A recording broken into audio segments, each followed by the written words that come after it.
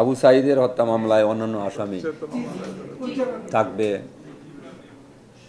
হত্যার সঙ্গে যেই জড়িত হোক, যত বড় ব্যক্তিই থাকুক না কেন, তাকে আইনের আওতায় আনা হবে। সে নিষ্কৃতি পাবে না, সে তার কর্মকাণ্ড থেকে কখনোই নিষ্কৃতি পাবে না, অন্তত আমি যে কয়দিন আছি। তো মামলা তো একটা না, অনেকগুলোই হয়েছে।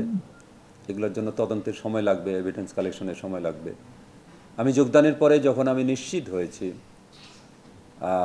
আমার দুজন সদস্য এই অন্যায়ের সাথে জড়িত এবং এটা প্রত্যক্ষভাবে সম্পৃক্ত, তখন আমি ক্ষমা করিনি। পরের দিনই তাদেরকে তদন্তকারী অফিসারের কাছে হ্যান্ড ওভার করেছি। এবং আমি কথা দিচ্ছি যে যতদিন থাকব এই ধারা অব্যাহত রাখবো, অব্যাহত থাকবে ইনশাল্লাহ। যত বড় র্যাঙ্কের অফিসারই হোক না কেন, এটা ছাড়া হবে না। সে যত বড় অফিসারই হোক না কেন, সে পার পাবে না। তো একটু সময় দেন। আমাদের এখন নির্দেশনা আছে যে শুধু পুলিশ সদস্য না, যে কোনো সরকারি কর্মকর্তাও যদি গ্রেপ্তার হতে হয়, তার ব্যাপারে স্যাংশন নিতে হবে। তো এই যে বিদ্যমান পরিস্থিতিগুলো, এটাতে আমাদের সঠিকভাবে কাজ করতে হবে। এটা কেন এসেছে? কিছু সুবিধাবাদী মহল, আমি কিছুক্ষণ আগেই বললাম যে এখন যেন তেনভাবে এজাহার নিয়ে আসতেছে, ইয়ে করতেছে। তাই বলে যাদের বিরুদ্ধে এভিডেন্স আছে তারা কিন্তু কখনো এগুলোতে পার পাবে না।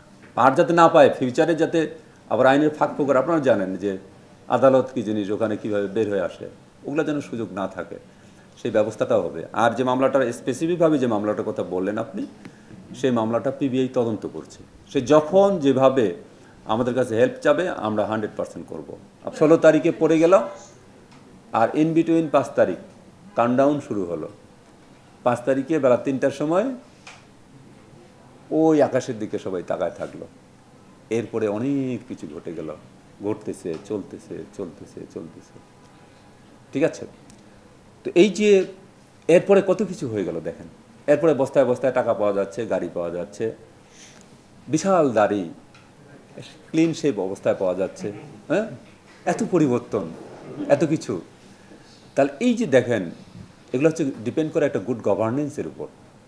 হ্যাঁ, একটা গুড গভর্নেন্স যখন আসবে, তখন এই যে পারিপার্শ্বিক ফ্যাক্টরগুলো, এগুলো অটোমেটিক্যালি চেঞ্জ হয়ে যাবে।